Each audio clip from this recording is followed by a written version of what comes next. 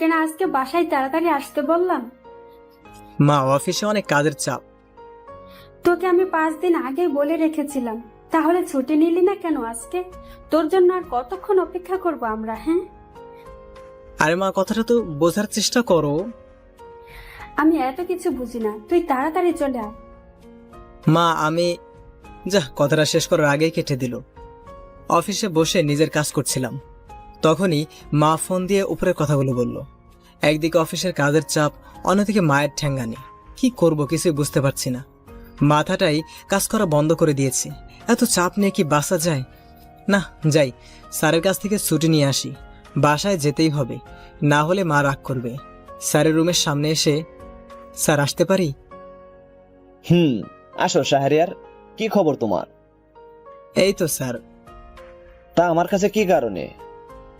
আসলে স্যার, মা ফোন দিয়েছিল, বাসায় ডাকতেছি। ও, ছুটে যাচ্ছ? জি স্যার। অফিসে তো অনেক কাজের চাপ। তারপরও একটু যদি স্যার। তুমি যখন বলছো, ঠিক আছে যাও। ধন্যবাদ স্যার। অফিস থেকে বাসায় আসার পর অফিস থেকে আসার কি কোনো দরকার ছিল? আমি কি করব মা, অফিসে অনেক কাজের চাপ। রাখ তোর কাজ, নিজের রুমে গিয়ে তাড়াতাড়ি রেডি হয়ে নে। সেটা না হয় হলাম, কিন্তু তুমি আমাকে এটা বলো তো, এত জরুরি তলব কেন? আর কোথায় যাবা? শাহরিয়ার, আমি কিন্তু বেশি কথা পছন্দ করি না, যা বলেছি তাড়াতাড়ি কর। হুম। আর হ্যাঁ, পাঞ্জাবি পরবি কিন্তু। পাঞ্জাবি কেন? আবার ঠিক আছে। রুমে এসে ফ্রেশ হয়ে পাঞ্জাবি পরতে পরতে ভাবছি মা আমাকে কোথায় নিয়ে যাবে, যার জন্য অফিস থেকে ডেকে নিয়ে আসলো। পাঞ্জাবি পরে আয়নার সামনে দাঁড়িয়ে নিজেকে একবার দেখলাম, না, পাঞ্জাবিতে মোটামুটি ভালোই বানিয়েছি। চুলগুলো ভালো করে স্টাইল করে নিচে মায়ের কাছে আসলাম। আমাকে কেমন লাগছে মা? ভালো। তবে তবে কি? এইদিকে আর বলছি, হুম। পাঞ্জাবি পরেছিস, তার সাথে চুলগুলো স্টাইল করার কি কোনো দরকার ছিল? মায়ের সামনে গিয়ে হাসা বন্ধ কর বেয়াদব। তাড়াতাড়ি চল, অনেক দেরি হয়ে যাচ্ছে। মুচকে হাসি দিয়ে চলো। বাসার বাইরে এসে আমি যখনই বাইকে উঠতে যাব অমনি। কি ব্যাপার, তুই বাইকে উঠতেছিস কেন? কেন, আবার বাইকে করে যাব তাই। বাইকে করে যাব মানে? শয়তান ছেলে, আমি তোর বাইকের পিছনে উঠবো এটা তুই কি করে ভাবলি? হ্যাঁ, কেন, মা গেলে কি হবে? কেন মানে তুই বাইক অনেক জোরে চালাস তাই? যা, বড় গাড়ি বাহির কর। আচ্ছা ঠিক আছে, এত এত রাগ আর কি আছে? অথবা গাড়ি নিয়ে মায়ের বলা ঠিকানায় চলে আসলাম। এটা কার বাসা মা? আর আব্বুর গাড়িটাও দেখি এইখানে আছে। তোর আপু অনেক আগেই এসেছে, এখন কথা কম বলে ভিতরে চল। ভিতরে গেলেই বুঝতে পারবি কার বাসা। বাসার ভিতরে এসে দেখি আব্বু আর আব্বুর বয়স্ক একজন লোক বসে বসে গল্প করছে। সালাম দিবি কিন্তু তোর আঙ্কেলকে। ঠিক আছে। আসসালামু আলাইকুম আঙ্কেল। ওয়ালাইকুম আসসালাম। কেমন আছো বাবা? জি ভালো, আপনি? আল্লাহর দয়ায় আমিও ভালো আছি। তা বিআই সাহেব, বৌমাকে নিয়ে আসেন, ছেলে তো এসেই গেছে। হ্যাঁ। আব্বুর মুখে বিআই সাহেব আর বৌমা কথাটা শুনে আমি গভীর চিন্তায় পড়ে গেলাম, কারণ আমার তো এখনো বিয়ে হয়নি, তাহলে বৌমা কোথা থেকে আসবে? জানা মতে আমার তো আর কোনো ভাই নেই। এসব চিন্তা করছিলাম, তখন একটা ছোট্ট মেয়ে এসে আমার পাশে বসলো। মেয়েটা দেখে তাকিয়ে আমি হা হয়ে গেলাম, কারণ মেয়েটার চোখ ছাড়া কিছুই দেখা যাচ্ছে না। বয়স 7 থেকে 8 হবে, তাতেই এত পর্দাশীল, মাশাআল্লাহ। মা, কি হচ্ছে এসব? তোমাদের বৌমা কই থেকে আসলো? ফিসফিস করে মায়ের কানে। চুপচাপ থাক, আস্তে আস্তে সব বুঝতে পারবি। মায়ের ধমক শুনে চুপ মেরে গেলাম। কিছুক্ষণ পর একজন মহিলা আর একটা বোরকা পরা মেয়ে নাস্তা নিয়ে আসলো। যে বোরকা পরেছে সে মহিলা নাকি মেয়ে কিছুই বুঝতে পারছি না, কারণ মাথা থেকে পা পর্যন্ত সম্পূর্ণ পর্দা করা, শুধু চোখগুলো দেখা যাচ্ছে। চোখগুলো দেখে বুঝতে পারলাম এটা মেয়ে, তবে চোখগুলো দেখতে মাশাআল্লাহ অনেক মায়াবী। ইভামা, শাহরিয়ারকে শরবতটা দে। জি। এভার মুখে যে শব্দটা শুনে আমি অবাক হয়ে গেলাম। এত সুমধুর কণ্ঠ কারো হতে পারে আমার তো জানা ছিল না। কিরে, শরবত নিচ্ছিস না কেন? চিন্তায় মগ্ন ছিলাম, মায়ের কথায় হুঁশ ফিরল। তাকিয়ে দেখি ইভা আমার সামনে শরবতের গ্লাস ধরে আছে। এটা দেখে তাড়াতাড়ি করে গ্লাসটা ইভার হাত থেকে নিয়ে নিলাম। তাহলে বিআই সাহেব, আগামী মাসে 2 তারিখে বিয়েটা হচ্ছে, কি বলেন? জি। আমরা তাহলে আজকে আসি? আসি মানে খাওয়া দাওয়া করবেন, তারপর আপনারা যাবেন। আজকে না বেআইন সাহেবা, অন্য আরেক দিন। এটা কেমন কথা? আজকে আমার একটু তাড়া আছে বিআই সাহেব, আজকে যেতে হবে, অন্য আরেক দিন এসে খাবো। অতঃপর সবার কাছ থেকে বিদায় নিয়ে বাসা চলে আসলাম। এতক্ষণ কি হলো কিছুই বুঝতে পারলাম না। 2 তারিখ কিসের বিয়ে, কার বিয়ে কিছুই বুঝতে পারছি না। মাথাটা কেমন জানি ঝিমঝিম করছে। মা, 2 তারিখে কার বিয়ে? কার মানে তোর বিয়ে? কি, আমার বিয়ে? হ্যাঁ, এসব কি বলছো মা?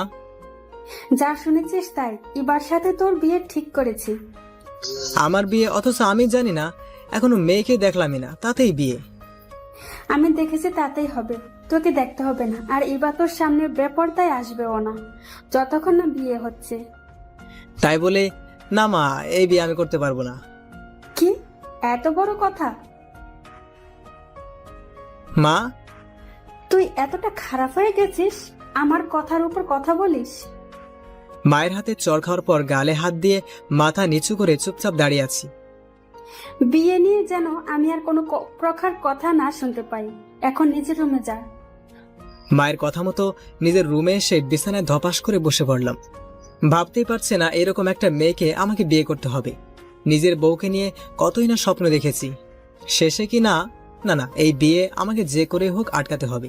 কিন্তু এর জন্য যে আমাকে মেয়েটার সাথে কথা বলতে হবে। কালকে তো অফিস বন্ধ, তাই কালকেই এই বিষয়টা নিয়ে মেয়েটার সাথে কথা বলতে হবে। সিগারেটটা হাতে নিয়ে বারান্দায় চলে গেলাম। সিগারেটে একটা টান দিচ্ছি আর আকাশের দিকে তাকিয়ে সেই ধোঁয়াগুলো ছেড়ে দিচ্ছি। পরের দিন সেই সকাল থেকে বাইক নিয়ে ইভাদের বাসার সামনে দাঁড়িয়ে আছি, কিন্তু একবারের জন্যেও ইভাকে দেখতে পেলাম না। হেলমেট মাথায় দিয়ে বাইকে বসে আছি। 30 মিনিট পর একটা বোরকা পরা মেয়ে ইভাদের বাসা থেকে বেরিয়ে আসলো। ভেবে নিলাম এটা ইভা হবে, তাই আমিও আস্তে আস্তে ইভার পিছন পিছন বাইক চালাতে লাগলাম। কিছু দূর যাওয়ার পরে বাইকটা জোরে টেনে ইভার সামনে গিয়ে দাঁড়িয়ে পড়লাম। আমার এমন আচমকা দাঁড়িয়ে থাকা দেখে ইভা ভয় পেয়ে গেল। হাতে থাকা ব্যাগটা খামচি মেরে ধরে দাঁড়িয়ে আছে। আমার মাথায় হেলমেট থাকায় আমাকে চিনতে পারছে না। হেলমেটটা খুলে ফেললাম। আমার চেহারাটা দেখে ইভা স্বস্তির নিঃশ্বাস ফেলল। আপনি? হে, আমি। আপনার সাথে আমার কিছু কথা আছে, একটু সাইডে আসুন। এই বলে ইভার হাতটা ধরে টেনে সাইডে নিয়ে যেতে ধরলাম। কি করছেন কি? আমার হাতটা ছেড়ে দিন। পরপুরুষ হয়ে আপনি এভাবে আমার হাত ধরতে পারেন না, প্লিজ ছেড়ে দিন। ইভার কথা শোনা মাত্রই হাতটা ছেড়ে দিলাম। সরি, আমি বুঝতে পারিনি। হুম?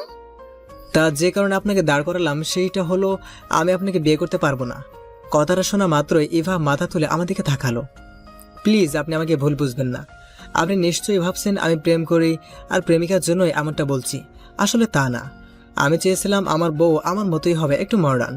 কিন্তু আপনি তো পর্দাশীল, তাই আপনার সাথে আমার যায় না। আমি আপনার যোগ্য না। আপনি বরং অন্য একটা ছেলেকে বিয়ে করে নিন, যে কিনা আপনার মতোই ধার্মিক। আচ্ছা ঠিক আছে, ভালো থাকবেন। আমি তাহলে আসি। বাইকটা নিয়ে এবার সামনে থেকে চলে আসলাম। সারাদিন ঘোরাঘুরি করে রাতে বাসায় ফিরলাম। খাবার টেবিলে কি ব্যাপার মা, আমার প্লেট কোথায়? খাবার টেবিলে এসে দেখি সবার প্লেট আছে, কিন্তু আমারটা নেই। তোর আজকে কোনো খাবার নেই? নেই মানে? আজকে সকালে কোথায় গিয়েছিলি? কেন? যা বলতে বলেছি তাই বল। অফিসের কাজ ছিল, সেখানে গিয়েছিলাম। ভয়ে মিথ্যা কথা বললাম। মিথ্যা কথা? তুই আজকে ইবার সাথে দেখা করতে গিয়েছিলি বিয়েটা ভাঙতে। তোকে বলেছিলাম না এই বিয়েটা হবে, তারপরও কেন গিয়েছিলি? সরি মা। আজকে যে ভুল করেছিস, এই ভুল যেন আর দ্বিতীয়বার না হয়। আমি জানতাম তুই এরকম কিছু একটা করবি, তাই তো তোর পিছনে লোক লাগিয়েছি। কখন কি করবি সব খবর আমি পেয়ে যাব। রুমে যা, আমি এখন এই বিষয় নিয়ে ইবার সাথে কথা বলবো। খিদে লাগছে, খাবার খাবো না? এত বড় কাজ করে এসেছিস, আবার খাবার চাচ্ছিস? যা রুমে যা। মায়ের এমন ভয়ঙ্কর রূপ দেখে আর 1 মিনিটও দেরি না করে দৌড় দিয়ে রুমে চলে আসলাম। সেই ছোট্টবেলা থেকে আমি মাকে জমের মতো ভয় পাই। পেটের মধ্যে ইঁদুর দৌড়াদৌড়ি করছে। সারাদিন খাই নাই, প্রচুর খিদা লাগছে। রাত 11টা বাজে, বিছানায় শুয়ে এপাশ ওপাশ করছি, খিদার কারণে ঘুম আসতেছে না। শেষমেশ উপায় না পেয়ে বিছানা থেকে উঠে চোরের মতো রান্নাঘরে গেলাম। পুরো রান্নাঘর খুঁজে কোনো খাবার পেলাম না, এমনকি বিস্কুটও নেই যে খাবো। হতাশ হয়ে রুমে ফিরে আসতে ধরলাম। হঠাৎ করে কেউ একজন আমার ঘাড়ে হাত দেওয়ায় দাঁড়িয়ে পড়লাম। পিছনে ঘুরে দেখি মা। খুব খিদা লাগছে? হুম। যা টেবিলে বস, আমি খাবার নিয়ে আসতেছি। কিছুক্ষণ টেবিলে বসে থাকার পর মা খাবার নিয়ে আসলো। নে হা কর, আমি খাইয়ে দেই। দরকার নেই। রাগ করিস কেন? হা কর। মায়ের উপর কি রাগ অভিমান করে থাকা যায়? তাই হা করলাম। খাবার খাওয়া শেষে রুমে এসে দিলাম একটা লম্বা ঘুম। দেখতে দেখতে 2 তারিখ চলে আসলো। আমি এখন বিয়ে করতে যাচ্ছি।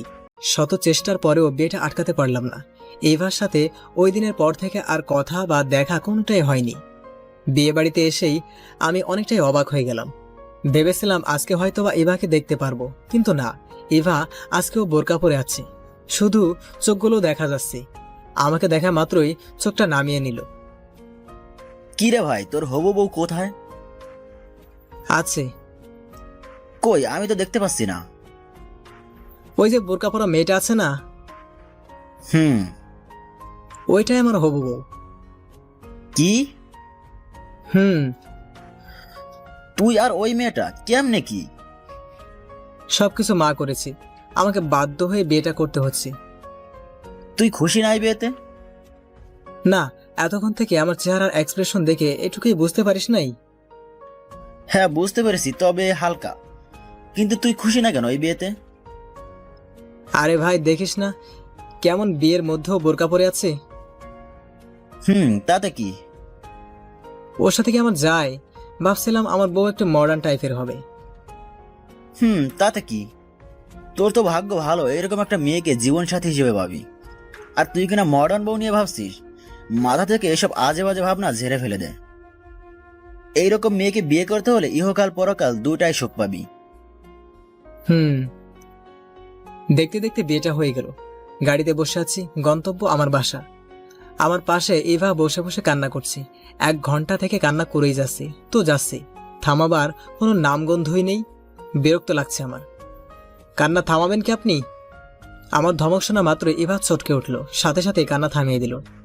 হে, এইভাবে থাকবেন? এত কান্না করার কি আছে? রাত বাজে 11টা। আমি ছাদের এক কোণে দাঁড়িয়ে সিগারেটে টান দিচ্ছি আর আমার ভবিষ্যৎ জীবন নিয়ে চিন্তা ভাবনা করছি। কেমনে আমি ইভার সাথে বাকিটা জীবন অতিবাহিত করব? ইভাকে এত করে বললাম বিয়েটা ভাঙতে, কিন্তু সে কি করলো? এর শাস্তি তো ওকে পেতেই হবে। এত সহজে মেনে নিচ্ছে না ওকে। ছাদে দাঁড়িয়ে এসব ভাবছিলাম, তখনই আমার ঘাড়ে কেউ একজন হাত দিল। পিছনে ঘুরে দেখি আপু। আপু, তুমি এখানে? কিন্তু তুই পিছনে কি লুকাচ্ছিস? সিগারেট পিছনে লুকিয়ে? কই, কিছু না তো। তাহলে হাতটা সামনে নিয়ে আয়, পিছনে ভাবে লুকিয়ে রেখেছিস কেন? আরে এমনি। নিয়ে আয় দেখি। জোর করে হাতটা টেনে সামনে নিয়ে আসলো। তুই সিগারেট খাচ্ছিলি? আজকের দিনে তুই সিগারেট খাচ্ছিস? আর ইভা কিন্তু একদম এসব পছন্দ করে না। ও কি পছন্দ করলো আর কি না করলো এগুলো দেখার বিষয় আমার না। কি আবল তাবল বলছিস? ও তোর বউ, এখন থেকে ওর ভালো মন্দ, পছন্দ অপছন্দ সবকিছুরই খেয়াল তোকেই রাখতে হবে। আচ্ছা, এসব বাদ দে, রুমে যা, ইভা তোর জন্য অপেক্ষা করছে। রুমে গিয়ে করব? মনে হয় রুমের মধ্যেও বোরকা পরে আছে। আগে যাবি তো? চল, আমি নিয়ে যাই। আপু আমাকে টেনে রুমের সামনে নিয়ে এসে ধাক্কা মেরে রুমে ঢুকিয়ে দিল। রুমে ঢুকে তো আমি পুরাই অবাক হয়ে গেলাম। এতটাই অবাক হয়েছি যে মুখ দিয়ে আমার কোনো শব্দ বাহির হচ্ছে না, কারণ ইভা শাড়ি পরে বিছানার মাঝখানে ঘুমটা টেনে বসে আছে। ইভা আমার উপস্থিতি টের পেয়ে বিছানা থেকে নেমে আমার কাছে আসলো। আমি তো শুধু হা করে তাকিয়ে আছি। অজু করে এসেছেন? না। অজু করে আসেন, একসাথে আমাদের 2 রাকাত নফল নামাজ আদায় করতে হবে। এসা না থাকা সত্ত্বেও অজু করে ইভার সাথে নামাজ পড়তে হলো। নামাজ পড়া শেষে যেই না নামাজি মশলা থেকে উঠে যাব, অমনি ইভা আমার পা ধরে সালাম করলো। এটা কি করলেন? কেন সালাম করলাম? বিয়ের প্রথম রাতে বরকে সালাম করতে হয়, তাই। বর। আস্তে আস্তে। কিছু কি বললেন? না, তা আপনি শাড়ি পরছেন কেন? বোরকা কোথায় গেল? বোরখা পরবো কেন? আপনি তো এখন আমার স্বামী, আপনার সামনে শাড়ি পরে থাকতেই পারি। আপনার পুরো অধিকার আছে আমাকে দেখার। ও আমাকে দেখবেন না? না, দেখবো না। আপনি বরং শুয়ে পড়েন, আমিও শুয়ে পড়ি, আমার খুব ঘুম পাচ্ছে। ঠিক আছে। মনে মনে ভাবতে লাগলাম, মানুষ এতটা শান্ত প্রকৃতির কিভাবে হয়? আমি না করার পরও কোনো রিয়াকশন নেই। আপনি নিচে বিছানা করছেন কেন? ঘুমাবো তাই। বিছানায় ঘুমাবেন না? না, নিচে ঘুমাবো, আপনি বিছানায় ঘুমাবেন। কেন? কেন মানে? আমি কি আপনাকে এর জন্য জবাবদিহিতা দেব? আপনি আপনার মতো করে চলবেন আর আমি আমার মতো করে। আপনাকে বলছিলাম না বিয়েটা না করতে? তারপরও কেন করলেন? আমার এমন রাগ দেখে ইভা ভয় পেয়ে গেল। মাথা নিচু করে দাঁড়িয়ে আছি, নড়াচড়া কিছুই করছে না। এখনো মাথায় ঘুমটাটা টানাই আছে। আপনার যদি আমার সাথে ঘুমাতে সমস্যা হয়, আপনি বরং বিছানায় ঘুমিয়ে পড়েন, আমি নিচে ঘুমাই। দরকার নেই, আমি যা বলেছি তাই করেন। এখন আমাকে ঘুমাতে দেন যত সব। এই বলে আমি ইভার বিপরীত দিকে শুয়ে পড়লাম। শুয়ে থাকতে থাকতে কখন যে ঘুম চলে এসেছে বুঝতে পারলাম না। মধ্যরাতে ঘুম ভেঙে গেলে পাশে তাকিয়ে আমি ভয় পেয়ে গেলাম। ও মা গো! চিল্লিয়ে শোয়া থেকে উঠে পড়লাম। এভাবে আপনি চিল্লাচ্ছেন কেন? ভয় পাবেন না, আমি ইভা। কি, আপনি ইভা? হুম। আসলে ঘুম ভেঙে যাওয়ার পর আমি পাশে তাকিয়ে দেখি একটা মেয়ে শুয়ে আছে। ডিম লাইটের আলোয় মুখটা জল করছে। এটা দেখে আমি ভয় পেয়ে গেছিলাম। ইভাকে দেখতে এত মায়াবী লাগছে যে আমার কল্পনারও বাহিরে। ভাবতেই পারিনি ইভা দেখতে এতটা মায়াবী আর সুন্দর হবে। আমি হা করে ইভার দিকে এক ধ্যানে তাকিয়ে আছি। আপনি এভাবে আমার দিকে তাকিয়ে আছেন কেন? কথা বলছেন না যে? কিছু কি বলছিলেন? ধ্যান ভেঙে গেলে। বলছিলাম, আপনি তখন ওভাবে চিল্লিয়ে উঠলেন কেন? ভয় পেয়ে গেছিলাম তাই। কেন? দাঁড়ান, আপনি নিচে আমার পাশে শুয়েছিলেন কেন? আপনাকে না বিছানায় ঘুমাতে বলছিলাম। কি হলো বলেন?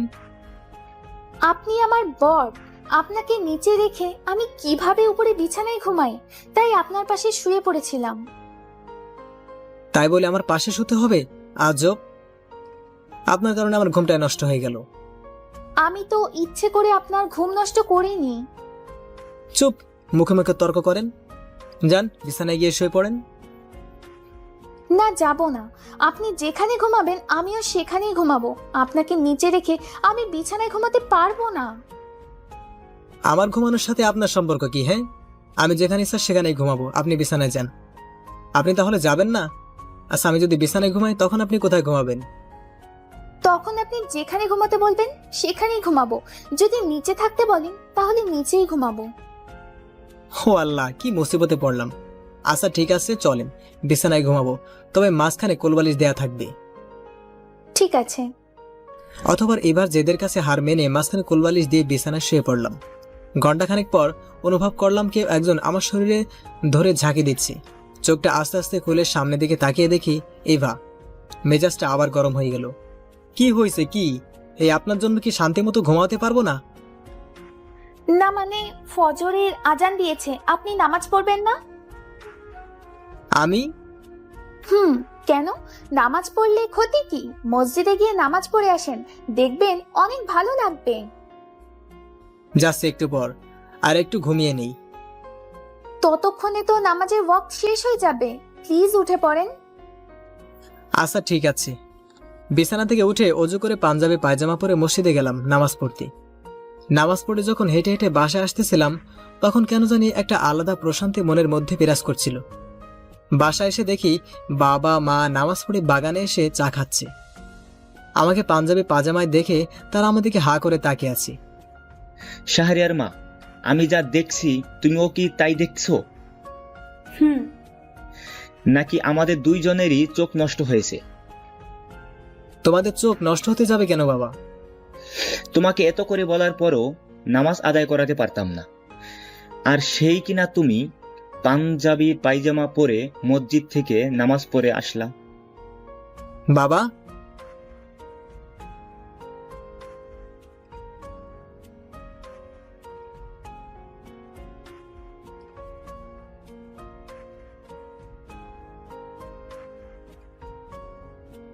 তোমাদের চোখ নষ্ট হতে যাবে কেন বাবা?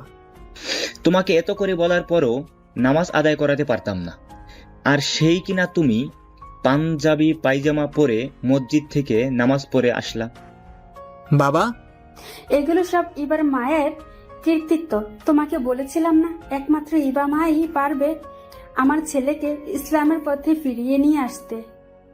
তাই তো দেখছি। মা, বাবা মায়ের সামনে আর না থেকে বাসার ভিতরে চলে আসলাম। নিজের রুমের দিকে যত এগোচ্ছি ততই গুনগুন শব্দের আওয়াজ পাচ্ছি। রুমের ভিতরে এসে দেখি ইভা জায়নামাজে বসে গুনগুন করে কোরআন শরীফ তেলাওয়াত করছে। এমন সুমধুর কণ্ঠস্বরে আমি আগে কখনো কোরআন তেলাওয়াত করা শুনিনি। বিছানায় বসে বসে ইভার কোরআন তেলাওয়াত শুনছি। হঠাৎ করে ইভা কোরআন তেলাওয়াত বন্ধ করে দিল। থামলেন কেন? নিজের অজান্তেই আমি কথাটা ইভাকে বলে ফেললাম। আপনার তো রাতে ঘুম হয় নাই, তাই ভাবলাম আপনি মনে হয় এখন ঘুমাবেন। ঘুমাবো না আর, আপনি বরং কোরআন তেলাওয়াত করেন, আমি তা বসে বসে শুনি। ঠিক আছে। ইভা এই কথা বলে আবার কোরআন তেলাওয়াতে মনোযোগ দিল। বিছানায় হেলান দিয়ে ইভার কোরআন তেলাওয়াত শুনতে শুনতে কখন যে ঘুমের রাজ্যে হারিয়ে গেছি বলতেই পারি না। যখন ঘুম ভেঙে গেল তাকিয়ে দেখে আমি বিছানায় ভালোভাবে শুয়ে আছি। এটা দেখে আমি কিছুটা অবাকই হলাম। কিছুক্ষণ পর ইভা রুমে চা নিয়ে হাজির হলো। এই নিন আপনার চা। দেন। আপনি আমার বোরকা পরেছেন? বাইরের অনেক ছেলে বাসায় এসেছে, তাই বোরখা পরেছি। তাদের সামনে তো আর আমি বেপর্দায় যেতে পারি না। বাইরে ছেলে মানে? আপনার বন্ধুরা এসেছে। ও, কখন এসেছে? কিছুক্ষণ আগে। আমাকে ডাক দিলেন না কেন? কালকে রাতে তো আপনার ঘুম হয় নাই, তাই ডাক দেই নাই। কি হলো, চা না খেয়ে কোথায় যাচ্ছেন? বন্ধুদের কাছে।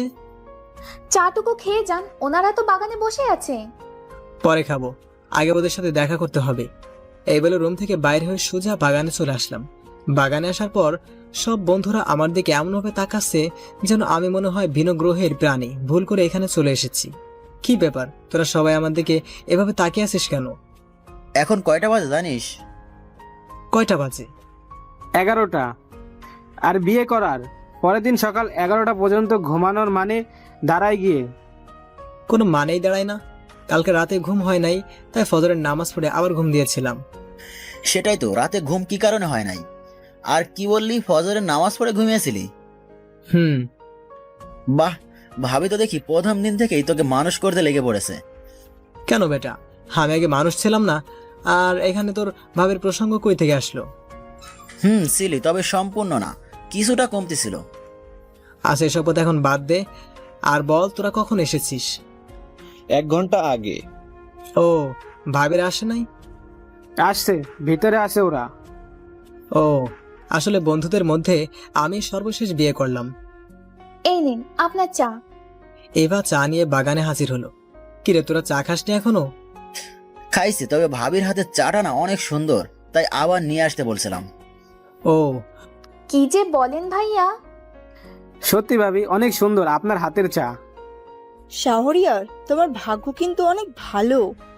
কথাটা কে বললো তা জানার জন্য পিছনে ঘুরলাম। ঘুরে দেখি বন্ধুদের সব বউগুলা দাঁড়িয়ে আছে। হেই শাহরিয়ার, ইভা কিন্তু অনেক ভালো একটা মেয়ে। একমাত্র ইভাই পারি তোমাকে ঠিক করতে, শয়তান ছেলে।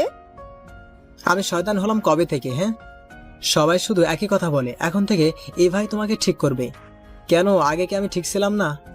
সবাই আমার কথা শুনে হাসাহাসি শুরু করে দিল। আর ইভা আমাদেরকে তাকিয়ে আছে। ইভার মুখ ঢাকা থাকায় বোঝা যাচ্ছে না হাসতেছে কিনা, তবে চোখ জোড়া দেখে আমি এতটুকু আজ করতে পেরেছি সেও হাসতেছে। থাক ভাই, আর কষ্ট পাস না, তুই আগেও ভালো ছিলি, এখনো আছিস, আর ভবিষ্যতেও থাকবি। সকালটা বন্ধুদের সাথে আড্ডা দিয়েই পার করে দিলাম। বিকালে এবার বাসা থেকে লোক আসলো আমাদেরকে নিয়ে যেতে। আমার তো একদমই যেতে ইচ্ছা করছে না, কিন্তু কি করব, মায়ের কারণে যেতে হচ্ছে। এবাদের বাসায় পৌঁছানোর পর রুমে একা একা বসে আছি, কিছুই ভালো লাগছে না। রুমের বাহিরেও যেতে পারছে না, মেহমান দিয়ে বাসাটা ভর্তি। কিছুক্ষণ পর এবার ছোট বোনের আগমন ঘটলো রুমে। পিচ্চি, তোমার নাম কি? ভাইয়া, আপনি আমার নাম জানেন না? না। আমার নাম ঈশিতা। অনেক সুন্দর নাম তো তোমার। আচ্ছা ঈশিতা, তোমাকে বোরকা পরা কে শিখিয়েছে? আপু। ও, তোমাদের বাসার ছাদে যায় কোন দিক দিয়ে? আপনি ছাদে যাবেন? আসেন, আমি নিয়ে যাচ্ছি। তারপর ঈশিতা আমাকে ছাদে নিয়ে গেল। মেয়েটা পিচ্ছি হলেও অনেক পাকা পাকা কথা বলতে পারে। ঈশিতা আমাকে ছাদে রেখে আবার নিচে চলে গেল। এই ফাঁকে আমি পকেট থেকে সিগারেট বের করে আগুন ধরিয়ে মনের সুখে টানতে লাগলাম। আকাশের দিকে তাকিয়ে সিগারেট খাচ্ছিলাম। হঠাৎ করে কে জানি আমার চোখ লাল করে আমার দিকে তাকিয়ে আছে। আপনি সিগারেট খান? জানেন না সিগারেট শরীরের জন্য ক্ষতিকর? জানি। তাহলে খান কেন? ভালো লাগে তাই। আপনি জানেন না ধূমপান হারাম, কারণ তা খবিস দ্রব্য এবং অনেক ক্ষয়ক্ষতির সূত্রস্থল। অথচ আল্লাহ তার বান্দাদের জন্য শুধুমাত্র পবিত্র পানাহার হালাল করেছেন এবং তাদের উপর খবিস দ্রব্যাদি হারাম করেছেন। মহান আল্লাহ বলেন, তারা আপনাকে জিজ্ঞাসা করে তাদের জন্য কি হালাল করা হয়েছে। আপনি বলে দিন তোমাদের জন্য পবিত্র বস্তু হালাল করা হয়েছে, যেখানে আল্লাহ তাআলা নিজেই এগুলো থেকে বিরত থাকতে বলেছে। সেখানে আপনি আজকের পর থেকে এইসব খবিশ জিনিস খাবেন না। মন থেকে তওবা করেন আর কোনোদিন এসব খাবেন না। সত্যিকার অর্থে তওবা করলে আল্লাহ তাআলা আপনাকে নিশ্চয়ই ক্ষমা করে দেবে। পবিত্র কোরআনে এই সম্পর্কে উল্লেখ এসেছে যে, আর তোমরা আল্লাহর নিকট তাওবাহ করো হে মুমিনগণ, যাতে তোমরা সফলকাম হতে পারো। মাথা নিচু করে দাঁড়িয়ে আছি, কি বলবো কিছুই বুঝতে পারছি না। আমি কি আপনাকে বোঝাতে পেরেছি? নিচে চলেন, সবাই আমাদের জন্য অপেক্ষা করছে। মাথা নাড়িয়ে হে বললাম। এবার সাথে নিচে এসে দেখি খাবার টেবিলের সবাই আমার জন্য অপেক্ষা করছে। আমরা তাদের সাথে বসে পড়লাম। খাওয়া দাওয়া শেষ করে রুমে এসে বসে আছি। কিছুক্ষণ পর এবার রুমে আসলো। আপনার কি এভাবে রুমে বসে থাকতে খারাপ লাগছে? ঘুরতে যাবেন? কোথায়? নদীর পাড়ে যাওয়া যেতে পারে। ঠিক আছে। আপনি রেডি হয়ে নিন, আমি বোরখাটা চেঞ্জ করে নিই। ঠিক আছে। অথবা রেডি হয়ে এভাকে সঙ্গে নিয়ে নদীর তীরের দিকে রওনা হলাম। কিন্তু রিক্সায় ওঠার পর পড়লাম এক মহা ভেসালে। রিক্সাটা ছোট হওয়ায় দুজনের বসতে অনেক কষ্ট হচ্ছে। তারপরও নিজেকে এবার থেকে দূরে রাখার চেষ্টা করছি, কিন্তু পেরে উঠছি না। দুজনের শরীরের মাঝে 1 ইঞ্চিও গ্যাপ নাই। এমন পরিস্থিতির সম্মুখীন আমি আর এর আগে কখনো হইনি। তাই একটু লজ্জা লাগছে। আমার চেয়ে ইভা আরো বেশি লজ্জা পাচ্ছে। ইভা মাথা নিচু করে চুপচাপ বসে আছে। নদীর তীরে পৌঁছানোর পর আল্লাহ তাআলার সৃষ্টি কত সুন্দর, তাই না? আপনি কি জানেন আল্লাহ তাআলার সৃষ্টি নিয়ে চিন্তা ভাবনা করলে সব পাওয়া যায়। যখনই সময় পাবেন এই আল্লাহর সৃষ্টি জগৎ নিয়ে চিন্তা ভাবনা করবেন, দেখবেন আল্লাহর প্রতি বিশ্বাসটা আপনার আরো মজবুত হবে। মন খারাপ থাকলেও ভালো হয়ে যাবে। নদীর তীরে বসে বসে ইভা আর আমি গল্প করছি বললে ভুল হবে, কারণ ইভা বলছে আর আমি শুধু শুনছি। কেন জানি ইভার কথাগুলো শুনতে আমার খুব অনেক ভালো লাগে। মন চায় শুনতে থাকি তো শুনতেই থাকি। চলেন বাসায় যাব। এত তাড়াতাড়ি? আর একটু পর গেলে হয় না? কিছুক্ষণ পর আজান দিবে, বাসায় গিয়ে নামাজ পড়তে হবে। ও ঠিক আছে, চলেন। 5 দিন পর। আপনি কোথাও কি যাচ্ছেন? অফিসের জন্য রেডি হচ্ছিলাম, তখন ইভা এসে উপরের কথাটা বলল। অফিসে যাচ্ছি। আপনার ছুটি শেষ? আচ্ছা, আমি তাহলে আসি। যান, তবে জোহরের নামাজ অফিসে পড়বেন, নামাজে ফাঁকি দেওয়া চলবে না। আপনি এই 5 দিনে আমার যে অভ্যাস তৈরি করে দিয়েছেন, তাতে আমার নামাজ পড়া ছাড়া আর থাকতেই পারবো না। আপনি না বললেও পড়তাম। আমার কথা শুনে ইভা অনেক খুশি হলো, সেটা তার চেহারা দেখে স্পষ্ট বুঝতে পারছি। ভালো থাকবেন। আল্লাহ হাফেজ। আল্লাহ হাফেজ। অতবার বাইকটা নিয়ে অফিসের দিকে রওনা দিলাম। ইভা মেয়েটা আসলে অনেক ভালো। আমার ভাবনা যে এতদিন ভুল ছিল, সেটা আমি এখন হাড়ে হাড়ে টের পাচ্ছি। ইভাই আমার জন্য পারফেক্ট। ইভা আমার জীবনে এসে আমার জীবনটাই বদলে দিয়েছে। কি ব্যাপার শাহরিয়ার, এত খুশি খুশি লাগছে কেন? কি ব্যাপার শাহরিয়ার, এত খুশি খুশি লাগছে কেন? বউয়ের কাছ থেকে অনেক ভালোবাসা পাচ্ছেন মনে হয়। বউটাও পেয়েছেন, মাশাআল্লাহ। খুশি মনে অফিসে ঢুকতেছিলাম, তখনই রাফি কথাগুলো বলল। ভালো ভালো, আপনাকে দেখে আমার এখন হিংসা হচ্ছে। কেন? কেন আবার? এই যে আপনি বিয়ে করে ফেললেন, আর আমি এখনো করতে পারলাম না। ও সমস্যা নাই, আপনারও খুব তাড়াতাড়ি হয়ে যাবে। নিজের কেবিনে এসে বসার সাথে সাথেই দেখি সব কলিগ হাতে ফুল নিয়ে আমার কেবিনে এসে উপস্থিত। ফুল কিসের জন্য জিজ্ঞেস করলে বলে তারা আমাকে বিবাহিত জীবনের শুভেচ্ছা জানাতে এসেছি। সকলকে ধন্যবাদ দিয়ে ফুলগুলো রেখে দিয়ে সবাইকে কাজে যেতে বললাম। অনেকদিন ধরে ছুটিতে থাকায় আজকে কাজের চাপ একটু বেশি, তাই ফোনটা সাইলেন্ট করে মন দিয়ে কাজ করছি। কাজ করতে করতে কখন যে আজান দিয়েছে বলতেই পারি না। ঘড়ির দিকে তাকিয়ে দেখে 2টা বাজে, তাই তাড়াতাড়ি অজু করে কেবিনে নামাজ পড়ে নিলাম। নামাজ পড়া শেষে ফোনটা হাতে নিয়ে অবাক হয়ে গেলাম। এবার 20টা মিসড কল। ফোনটা হাতে থাকা অবস্থায় আবার কল আসলো, তাই তাড়াতাড়ি কলটা রিসিভ করলাম। আসসালাম আলাইকুম। ওয়ালাইকুম সালাম। আপনি ফোন ধরছিলেন না কেন? আসলে কাজের অনেক চাপ, 10 দিন ছুটিতে ছিলাম তো, তাই ফোনটা সাইলেন্ট করে রেখে দিয়েছিলাম। ও, নামাজ পড়েছেন? হুম। খাবার খেয়েছেন? না, আপনি? কেন খান নাই কেন? তাড়াতাড়ি খেয়ে নেন, খাওয়া শেষে আমাকে ফোন দিবেন, তারপর আমি খাবো। ঠিক আছে। ক্যান্টিনে গিয়ে খাবার খেয়ে ইভাকে ফোন দিলাম। ফোন দেওয়ার সাথে সাথে রিসিভ করলো। মনে হয় ফোন নিয়ে আমার কলের জন্যই অপেক্ষা করছিল। আসসালামু আলাইকুম। ওয়ালাইকুম সালাম। খেয়েছেন? হুম। তাহলে এখন কিছুক্ষণ রেস্ট নেন, তারপর কাজ করবেন। ঠিক আছে, আপনি খেয়ে নিন। খোদা হাফিজ। ফোনটা কেটে দিয়ে কিছুক্ষণ রেস্ট নিয়ে আবার কাজে মন দিলাম। 5টায় অফিস ছুটি। অফিস থেকে বাসায় আসার সময় রাস্তার ধারে একটা ফুলের দোকান দেখতে পেলাম। বাইকটা সাইড করে ফুলের দোকানে গেলাম। ফুলের দোকানে এত এত ফুল যে বোঝাতে পারছি না। কোন ফুলটা নিব, এবার কোন ফুলটা ভালো লাগে সেটাও জানি না।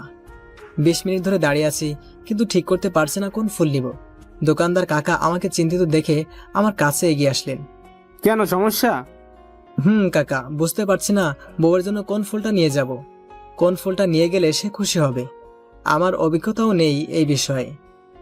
বুঝতে পেরেছি তোমার সমস্যা, একটু দাঁড়াও, আমি আসছি। কাকা এই কথা বলে দোকানের ভিতরে চলে গেলে কিছুক্ষণ পর হাতে একটা সাদা আর কালো গোলাপের তোড়া নিয়ে আমার সামনে আসলেন। এই নাও। কাকা, এগুলো বাইরে না রেখে ভিতরে রাখছেন কেন? এইগুলো স্পেশাল ফুল, তাই এইগুলো নিয়ে যাও, দেখবে তোমার বউ অনেক খুশি হবে। ধন্যবাদ কাকা। অতঃপর ফুলগুলো নিয়ে বাসা চলে আসলাম। খুশি মনে কলিং বেলটা বাজালাম। 2বার চাপ দিতেই ইভা এসে দরজা খুলে দিল। ইভা দরজা খুলেই আমার হাতে সাদা কালো গোলাপ ফুল দেখে স্তব্ধ হয়ে দাঁড়িয়ে গেল। অবাক চোখে আমার দিকে তাকিয়ে আছে। এই নিন, এগুলো আপনার জন্য। হাত বাড়িয়ে ইভা ফুলগুলো নিল। ফুলগুলো আপনার পছন্দ হয়েছে? অনেক। এই সাদা কালো গোলাপ ফুলগুলো কোথায় পেলেন আপনি? সেটা তো বলা যাবে না। আমাকে এখানে দাঁড় করিয়ে রাখবেন নাকি ভিতরে যেতে দিবেন? ও সরি, আসেন। আপনি রুমে গিয়ে ফ্রেশ হয়ে নিন, আমি আপনার জন্য চা নিয়ে যাচ্ছি। ঠিক আছে। রুমে এসে ফ্রেশ হয়ে বারান্দায় গেলাম। কিছুক্ষণ পর ইভা চা নিয়ে আসলো। শুধু আমার জন্য নিয়ে এসেছেন? কেন? এটা রেখে গিয়ে আরেক কাপ নিয়ে আসেন। ঠিক আছে। আমার কথা মতো ইভা নিচে গিয়ে আরেক কাপ চা নিয়ে আসলো। এখানে বসেন। এখন এইটার কি করব? আপনি খান। এভাবে আমার দিকে তাকিয়ে আছেন কেন? না, এমনি। জানেন, এই সন্ধ্যার আকাশটা না একসময় আমার অনেক ভালো লাগতো। হাতে চায়ের কাপ, কানে ফোন, সাথে এই সন্ধ্যার দক্ষিণা বাতাস। কি বলছেন এগুলো আপনি? না, কিছু না। চায়ের কাপে চুমুক দিয়ে আপনার সন্ধ্যার আকাশ দেখতে কেমন লাগে? এই যা, কি নাতে কি বলে ফেললাম। এখনই সবকিছু শেষ হয়ে যেত। অনেক ভালো লাগে। সবচেয়ে বেশি ভালো লাগে রাতের তারা। তাই? পরের দিন। আজকে হয়তোবা আমার আসতে দেরি হতে পারে। কেন?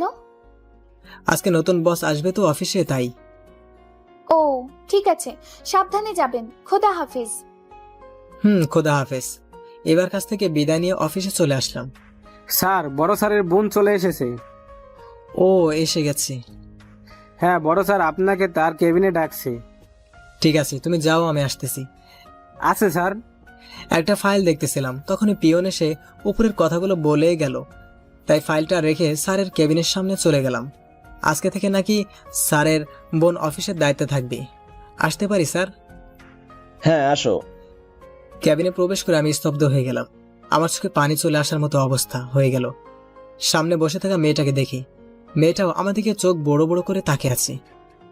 কি হলো, বসো। জি স্যার। পরিচয় করিয়ে দেই, এই হচ্ছে নীলা, আমার বোন। নীলা, ও হচ্ছে শাহরিয়ার, যার কথা তোকে আমি বলেছিলাম। হুম। শাহরিয়ার, তোমাকে তো বলেছিলাম আজকের থেকে আমার বোন অফিসে আসবে, আমি আর আসবো না। তাই ওর যদি কাজে কোনো সমস্যা হয় তাহলে তুমি একটু দেখবে। জি স্যার। আর নীলা, তোর যদি কোনো কাজ বুঝতে সমস্যা হয় তাহলে শাহরিয়ারকে বলবি। ঠিক আছে ভাইয়া। স্যার তাহলে আমি আসি, কয়েকটা ফাইল দেখার আছে তো। ঠিক আছে। তাড়াতাড়ি করে স্যারের ক্যাবিন থেকে নিজের ক্যাবিনে চলে আসলাম। রকিং চেয়ারে বসে চোখ দুটো বন্ধ করে মাথাটা কেমন জানি ঝিমঝিম করছে। বুঝে উঠতে পারছে না কি করব। যে অতীত থেকে নিজেকে অনেক কষ্টে সরিয়ে নিয়ে আসলাম, নতুন করে জীবনটা সাজাতে শুরু করলাম, সেই অতীতই আবার আমার সামনে। চোখ দুটো কেমন জানি ঝাপসা হয়ে যাচ্ছে, নিজেকে আর সামলে রাখতে পারছি না। চোখ বন্ধ করলেই পুরনো কিছু স্মৃতি সামনে ভেসে উঠছে। নিজেকে অনেক কষ্টে সামলে নিলাম, কারণ এটা অফিস, এখানে এরকম করলে চলবে না, আমাকে শক্ত হতে হবে। রাত 10টা বাজে, আমি এখনো বাসায় ফিরে যাইনি। অফিস ছুটি হয়েছে সেই বিকেল 5টায়। তখন থেকেই নদীর তীরে বসে আছি। কয়টা বাজে দা দেখার জন্য পকেট থেকে ফোনটা বাহির করে দেখি আব্বুর 30টা, মায়ের 20টা আর ইভার 100টা মিস কল। ফোনটা সাইলেন্ট করে পকেটে রেখে দিয়েছিলাম, তাই বলতে পারি না কখন এতগুলো কল এসেছে। ফোনটা পকেটে রেখে একটা দীর্ঘশ্বাস ফেলে বসা থেকে উঠে পড়লাম। হেঁটে হেঁটে বাসায় যাচ্ছি। আজকে যদি ইভার কাছে কথা না দিতাম তাহলে হয়তোবা আমার হাতে সিগারেট বা অন্য কোনো নেশাদ্রব্য থাকতো। শুধুমাত্র ইভাকে কথা দিয়েছি বলেই খেতে পারছি না। বাসার সামনে এসে দেখি ইভা দরজা খুলে রেখে রাস্তার দিকে তাকিয়ে দাঁড়িয়ে আছে। আমাকে দেখা মাত্রই আমার কাছে ছুটে আসলো। আপনি ফোন ধরতেছিলেন না কেন? কি হয়েছে আপনার? এই অবস্থা কেন? কি হলো, কথা বলছেন না কেন? কিছু হয়নি আমার, এই বলে ইভাকে আর কিছু বলার সুযোগ না দিয়ে রুমে চলে আসলাম। ব্যাগটা রেখে বারান্দায় চলে গেলাম। কিছুক্ষণ পর ইভা আমার কাছে আসলো। আপনি ফ্রেশ না হয়ে এখানে দাঁড়িয়ে আছেন কেন? আপনাকে এত চিন্তিত দেখাচ্ছে কেন? তেমন কিছুই না। তেমন কিছু না মানে? সারাদিন মনে হয় কিছু খাননি, মুখটা শুকিয়ে গেছে। আসেন, ফ্রেশ হয়ে নিন, আমি আপনার জন্য খাবার নিয়ে আসছি। এই বলে ইভা আমার হাত টেনে ধরে রুমে নিয়ে গেল। ফ্রেশ হয়ে কাপড়গুলো চেঞ্জ করে নিন, আমি খাবার নিয়ে আসতেছি। ইচ্ছা না থাকা সত্ত্বেও ফ্রেশ হয়ে নিলাম। কিছুক্ষণের মধ্যেই ইভা খাবার প্লেট নিয়ে হাজির হয়ে গেল। এই নিন। বিছানায় বসেছিলাম, ইভা আমার সামনে এসে খাওয়ার প্লেটটা ধরে খেতে বলল। কি হলো, খান। আমার কোনো সাড়া শব্দ না পেয়ে ইভা নিজেই হাত ধুয়ে আমার প্লেটটা নিজের হাতে নিয়ে এক লোকমা খাবার তুলে দিয়ে আমার মুখের সামনে ধরল। ইভার এমন আচরণে আমি অবাক হয়ে গেলাম। কখনো ভাবতেই পারিনি ইভা এমনটা করবে। অবাক চোখে ইভা থেকে তাকিয়ে আছি। এভাবে তাকিয়ে থাকবেন নাকি খাবেন? 2 লোকমা খাবার পর। কি ব্যাপার, আপনি কান্না করছেন কেন? এবার হাতে খেতে খেতে কখন যে চোখে জল চলে এসেছে বলতে পারি না। বিছানা থেকে উঠে বারান্দায় চলে আসলাম। ইভাও আমার পিছ পিছ আসলো। আপনি এমন করছেন কেন? চুপচাপ আকাশের দিকে তাকিয়ে চোখে জল ফেলছি। প্লিজ, আমাকে নিঃসংকোচে আপনি সবকিছু খুলে বলতে পারেন, এতে করে নিজেকে অনেক হালকা লাগবে। দীর্ঘশ্বাস ফেলে, জানেন এক সময় আমাকে একজন খুব অপমান করেছিল। সেও আমাকে এইভাবে নিজ হাতে খাইয়ে দিত, কিন্তু ভাগ্যের কি নিষ্ঠুর পরিহাস, সেই আপনজনই আমাকে ধোঁকা দিয়ে চলে গেল। অনেক কষ্ট করে তাকে ভুলে নতুন করে বাঁচতে শুরু করেছিলাম, কিন্তু সে আবার আমাকে দেখা দিয়ে জীবনটা তছনছ করে দিল। মানে? নীলা 3 বছর আগে। মানে? নীলা 3 বছর আগে। তুমি আমাকে খুব ভালোবাসো, তাই না? অনেক অনেক ভালোবাসি, যা হয়তোবা বলে বোঝানো যাবে না। আমিও তোমাকে অনেক ভালোবাসি। আচ্ছা নীলা, আমাদের রিলেশনশিপের বয়স কত হলো বলতে পারো? 2 বছর। না, 2 বছর 4 মাস 10 দিন। বাহ, তুমি তো দেখি মাস দিন সবকিছুই মনে রেখেছো। কি করে ভুলি বলো তো, তোমার মতো জীবন সাথী পাওয়ার দিনটার কথা। বাবা ফোন দিয়েছে, আমাকে বাসায় যেতে হবে। এখনই চলে যাবা, আর একটু থেকো না। বাবা রাগ করবে সোনা, প্লিজ মন খারাপ করো না। ঠিক আছে, যাও তাহলে। হুম। অথবা নীলা চলে গেলে আমিও উঠে বাসার দিকে রওনা দিলাম। 5 দিন পর কলেজে। নীলা চলো বাইরে কোথাও ঘুরতে যাই। আজকে না বাবু, আমাকে তাড়াতাড়ি বাসায় যেতে হবে। আজকে না 5 দিন থেকে তুমি এই একই কথা বারবার বলছো। রাগ করো না সোনা, তোমাকে রাখলে একদম ভালো দেখায় না। কথা দিলাম কালকে ঘুরতে যাব। সত্যি তো? হুম। ঠিক আছে। এই কথা বলে চলে গেল। কি রে, গেটের দিকে এভাবে তাকিয়ে আছিস কেন? দাঁড়িয়ে দাঁড়িয়ে নীলার যাওয়ার দিকে তাকিয়েছিলাম, তখনই লাবু এসে উপরের কথাটা বলল, তোর ভাবের পথও চাহিয়ে আসি। তুই তো শেষ রে বেটা, এই নীলা তোর মাথাটা খেয়ে ফেলেছে। ওই নীলাকে নিয়ে কোনো কথা নয়। তোমার নীলা প্রধানমন্ত্রী না, ওকে নিয়ে কোনো কথা বলা যাবে না। যত সব, চল ক্লাসে যাই। চল। এই দাঁড়া দাঁড়া, কি হয়েছে? আমরা ক্লাসে যাচ্ছি কেন? কেন মানে? মানুষ ক্লাসে নিজের জন্য যায়? হ্যাঁ, এখন কয়টা বাজে জানিস? কয়টা? 10টা 20। তার মানে প্রথম ক্লাসের 20 মিনিট চলে গেছে। আর এখন যদি আমরা ক্লাসে যাই তাহলে বাইরে দাঁড়িয়ে থাকতে হবে। ক্লাসে না গেলে কি করবি? নীলাও বাসায় চলে গেল, না হলে ওর সাথে ঘুরতে যেতাম। এই কথা বলতে দেরি আর আমার পিঠে ধুমধাম মায়ের পড়তে দেরি নাই। আরে আমাকে মারছিস কেন? হালা তোর নীলা, নীলা আর নীলা। আমি কি মরে গেছি নাকি রে? চল দুজনেই ঘুরতে যাব। তাই বলে এভাবে মারবি? হোপ, এখন চুপচাপ চল, না হলে আরো মায়ের খাবি। চল। কলেজের সময়টা লাবু আর আমি শহরের এদিক ওদিক ঘোরাফেরা করে কাটিয়ে দিলাম।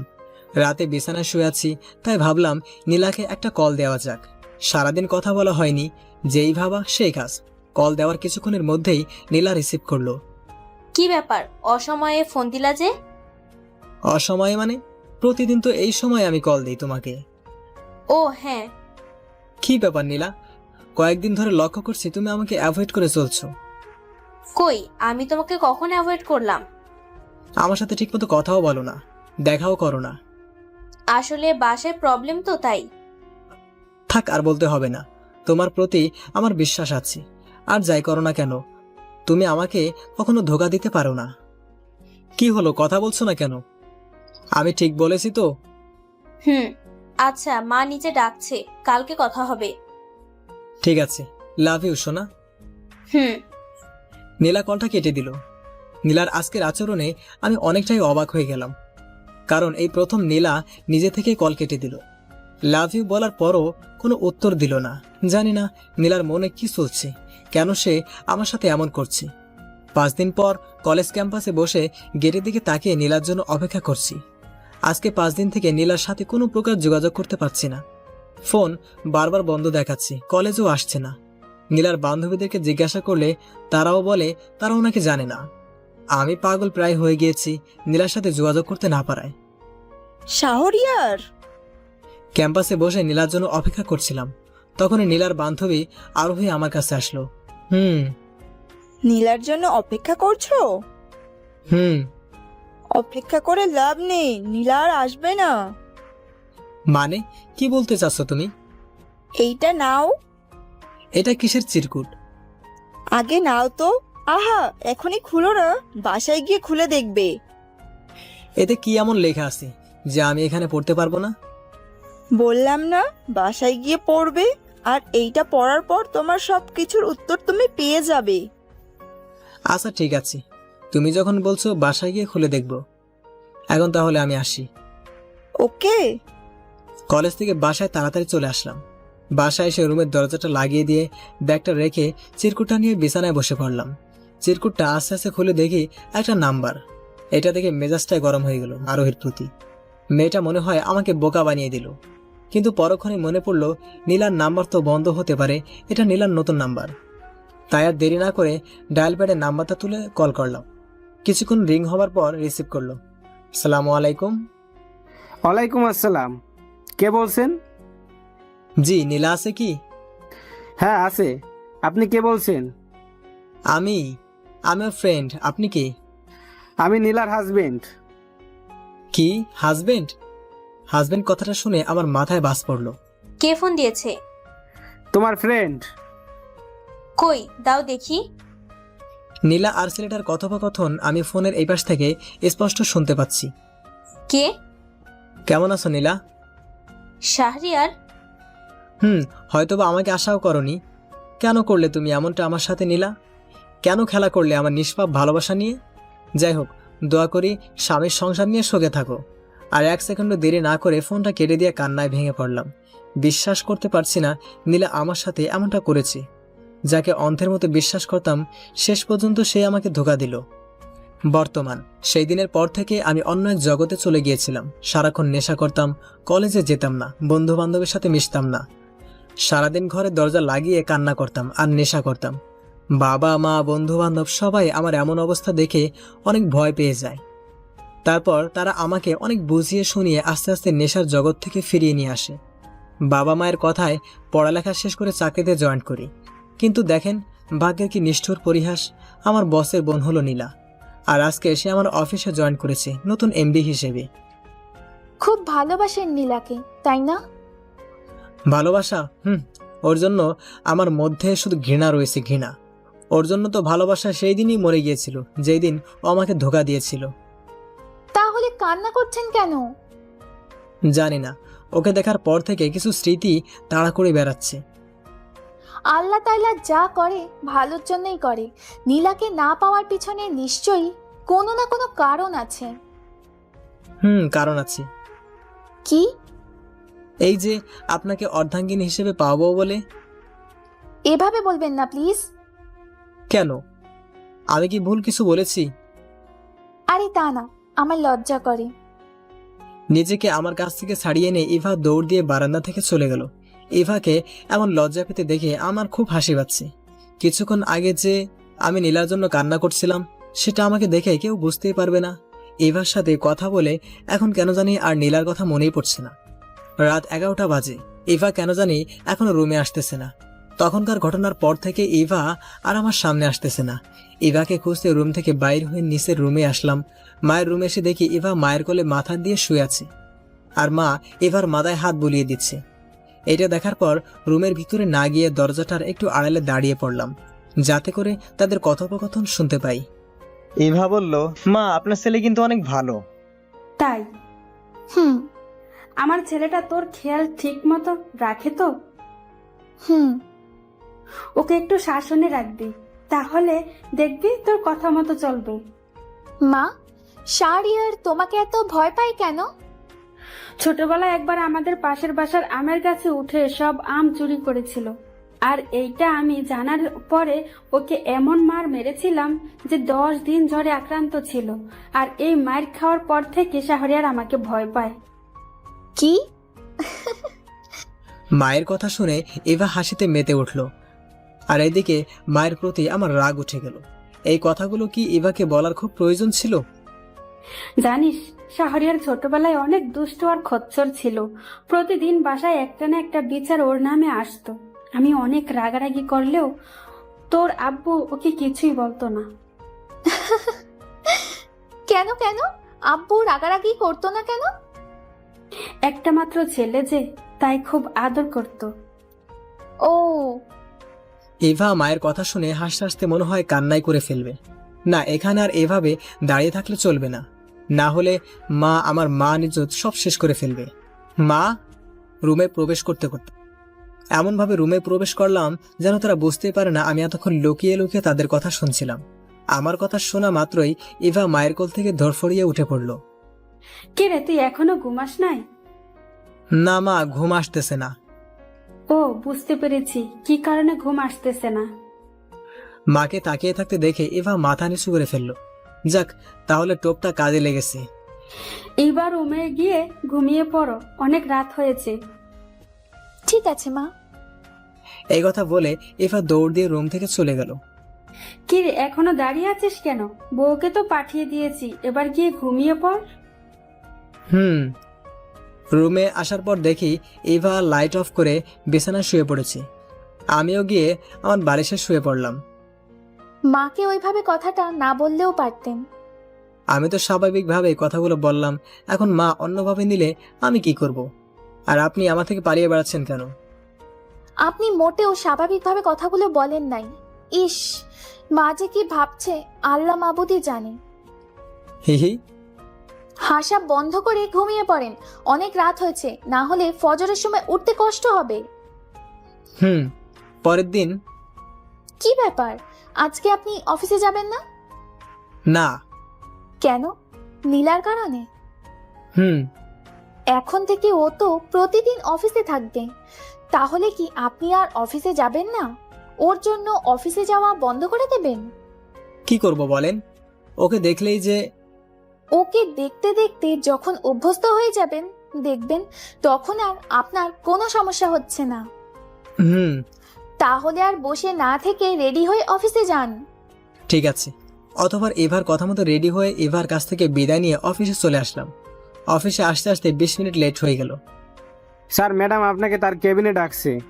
ঠিক আছে। নিজের ক্যাবিনে ঢোকার আগে পিয়ন এসে ম্যাডামের ক্যাবিনে যেতে বলল। নীলার ক্যাবিনের সামনে দাঁড়িয়ে আছি, ঢুকতে কেমন জানি লাগছে, বুকটা দুরু দুরু করে কাঁপছে। শেষমেশ মনে সাহস নিয়ে ঢুকেই পড়লাম। আসসালামু আলাইকুম ম্যাডাম। ওয়ালাইকুম আসসালাম। আমাকে ডেকেছিলেন? নীলা আমাদেরকে কেমন করে যেন তাকিয়ে আছে, এতে করে আমার আনইজি ফিল হচ্ছে। আমার কথার উত্তর না দিয়ে নীলাকে ড্যাব ড্যাব করে তাকিয়ে থাকতে দেখে মেজাজটাই গরম হয়ে গেল। ম্যাডাম, আমাকে ডেকেছিলেন? আসতে এত লেট হলো কেন? বাসায় একটু সমস্যা হয়েছিল। এভাবে নিজের ইচ্ছে মতো অফিসে আসলে তো আর হবে না। আশা করি পরের দিন থেকে এমনটা আর করবেন না। জি ম্যাডাম। তাহলে এখন নিজের কাজে যান। জি। নীলার কেবিন থেকে নিজের কেবিনে এসে কাজে মন দিলাম। অনেক কাজ পড়ে আছে, কালকে কিছুই করতে পারিনি। আর একটা ফাইল দেখলেই আজকের মতো কাজ শেষের মধ্যে ইভা একবার ফোন দিয়ে আমাকে নামাজ পড়তে বলেছে। 3টা বাজে। কাজের চাপে এখনো নামাজ পড়া হয়ে ওঠেনি। ফাইলগুলো তাড়াতাড়ি গুছিয়ে রেখে নামাজ পড়ে নিলাম। নামাজ পড়ে যখনই ক্যান্টিনে খেতে যেতে ধরলাম, তখনই পিয়ন এসে বলে গেল ম্যাডাম নাকি আমাকে ডেকেছি। তাই ক্যান্টিনে না গিয়ে ম্যাডামের কেবিনে গেলাম। ফাইলগুলোর কাজ কি শেষ হয়েছে? জি ম্যাম। দুপুরে খেয়েছেন? না ম্যাম। ও ঠিক আছে, গিয়ে খেয়ে নেন। আর অফিস শেষে একটু থাকবেন, আপনার সাথে আমার কিছু জরুরি কথা আছে। ঠিক আছে ম্যাম, আমি তাহলে এখন আসি। নীলার ক্যাবিন থেকে বাহির হয়ে ক্যান্টিনে গিয়ে হালকা কিছু খেয়ে নিলাম। 5টায় অফিস ছুটি হলো, সবাই চলে গেলেও আমি গেলাম না, কারণ নীলার সাথে দেখা করতে হবে। ওর কথা শোনার কোনো ইচ্ছেই আমার নেই, কিন্তু অফিসের বস কথা না শুনলে চাকরিটা হারাতেও পারি। নীলার ক্যাবিনে এসে দেখি একটা ছেলে আর নীলা বসে বসে গল্প করছে। নীলা আমাকে দেখা মাত্রই বসতে বলল। শাহরিয়ার পরিচয় করিয়ে দেই, এ আমার husband Siam. Hello man. Hello. কেমন আছো? জি আলহামদুলিল্লাহ ভালো, আপনি? এই তো চলছে, যেমনটা আল্লাহ রেখেছে। ম্যাম, আমাকে কি কারণে থাকতে বলেছিলেন? শাহরিয়ার, এখন তুমি নাম ধরে বলতে পারো, অফিসের সময় শেষ হয়ে গিয়েছে। নীলা, আমি তাহলে চলে যাই, তোমরা কথা বলো। ঠিক আছে, তাড়াতাড়ি বাসায় চলে আসবে কিন্তু। By man. বাই। সিয়াম চলে যাবার পর দুজনে চুপচাপ বসে আছি, কারো মুখে কোনো কথা নেই। আমার এভাবে বসে থাকতে বিরক্ত লাগছে। নীরবতা ভেঙে নীলা বলল, তোমার বউটা কিন্তু অনেক সুন্দর, তোমার ভাগ্যটা অনেক ভালো, তাই এমন বউ পেয়েছো। নীলার মুখে এবার কথা শুনে আমি হা হয়ে গেলাম। নীলা কিভাবে জানে আমার বিয়ে হয়েছে আর আমার বউ কেমন? অবাক হচ্ছ তাই না? ভাবছো যে মেয়ে তোমাকে ধোকা দিয়ে চলে গেল, সে কিভাবে তোমার সম্পর্কে সবকিছু জানতে পেলো? ম্যাম, আমাকে বাসায় যেতে হবে। একটু যদি কাজ সম্পর্কে কথা বলতেন তাহলে আমি তাড়াতাড়ি বাসায় যেতে পারতাম। কেন জানি নীলার মুখে ধোকার শব্দটা শুনতে একদমই ভালো লাগছে না। তোমাকে আমি এই কথাগুলো বলতেই ডেকেছি। তুমি আমার সম্পর্কে এতদিন থেকে যে ভুল ধারণা পোষণ করছো, তা ভাঙিয়ে দিতেই তোমাকে ডেকেছি। কি ভুল ধারণা? হে, আপনি আমার মন নিয়ে খেলছেন, এটা ভুল ধারণা? হ্যাঁ, এটাই তোমার ভুল ধারণা। আমি তোমার মন নিয়ে কখনো খেলা করিনি। তোমাকে আমি মন থেকে ভালোবাসতাম। মন থেকে ভালোবাসতেন? মন থেকে ভালোবাসলে এভাবে আমাকে ছেড়ে চলে যেতে পারতেন না। হ্যাঁ, মাঝে আমি ভুল করেছি, কিন্তু সেটা চাপে পড়ে তোমার জীবন রক্ষার্থে আমাকে এমনটা করতে হয়েছে। বাবা আমাদের সম্পর্কে জানতে পেরেছিল, আমাকে হুমকি দিয়েছিল। আমি যদি তোমাকে ভুলে না যাই তাহলে সে তোমাকে গুন্ডা দিয়ে মেরে ফেলবে। এখন আমি কি করতাম তুমি বলো? তারপর বাবা জোর করে সিয়ামের সাথে বিয়ে দিয়ে দেয়। নীলা কথাগুলো বলে কান্নায় ভেঙে পড়ল। নীলার মুখে কথাগুলো শুনে আমি স্তব্ধ হয়ে গেলাম। এত কিছু হয়েছে, তুমি আমাকে একটি বারের জন্যও জানানোর প্রয়োজন বোধ করোনি? জানাতে চেয়েছিলাম, বাবা আমার ফোন নিয়ে নিছিল, বাসা থেকে বাইর হতে দেয়নি। আমার আশেপাশে সব সময় লোক থাকতো। এই দেখো, আমি অযথা কান্না করছি। শাহরিয়ার, তুমি প্লিজ আমাকে ক্ষমা করে দাও। কি করছো নীলা? ক্ষমা তো আমার চাওয়ার দরকার। এত বছর ধরে তোমার সম্পর্কে কতই না খারাপ খারাপ কথা ভেবে এসেছি। ভুল তো আমার কখনোই ছিল না, তাই ক্ষমার প্রশ্নই ওঠে না। দুইজনে কিছুক্ষণ নীরব থাকার পর নীলা বলে উঠল, ইভাকে কখনো কষ্ট দিও না। হুম মেয়েটা অনেক ভালো, একদম নিষ্পাপ শিশুর মতো। হুম বাসায় যাও, ইভা তোমার জন্য অপেক্ষা করছে। হুম খোদা হাফেজ। দরজার কাছাকাছি আসার পর, শাহরিয়ার, জীবনটা নতুন করে ইভার কথা মতো গুছিয়ে নিও। অফিস থেকে বাহির হয়ে বাইকটা নিয়ে মার্কেটে গেলাম কিছু গিফট কিনতে ইভার জন্য। আজকে আমি ইভাকে আপন করে কাছে টেনে নিব। এতদিন পারিনি, কেন জানি ইভার কাছাকাছি যেতেই নীলার কথা মনে পড়তো। কিন্তু আর না, সকল বাধা উপেক্ষা করে আমরা দুইজন আজকে এক হবই হব।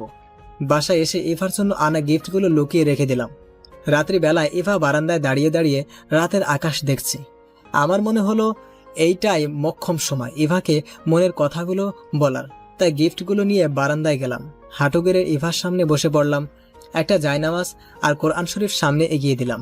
ইভা অবাক চোখে আমার কর্মকাণ্ড দেখছে। ইভা হবে কি আমার ইহকাল পরকালের জীবন সাথী?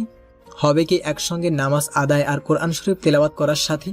ইভা আমার কথাগুলো শুনে কান্না করে দিল। হ্যাঁ, হব। দাঁড়িয়ে পড়ার সাথে সাথেই ইভা আমাকে জড়িয়ে ধরল। আমিও জড়িয়ে নিলাম ইভাকে ভালোবাসার চাদরে। হারাতে চায় না এমন বউকে, যাকে নিয়ে গর্ব করতে পারবো এই সমাজের কাছে। চিরকাল আগলে রাখতে চাই তাকে এই ভালোবাসার চাদরে।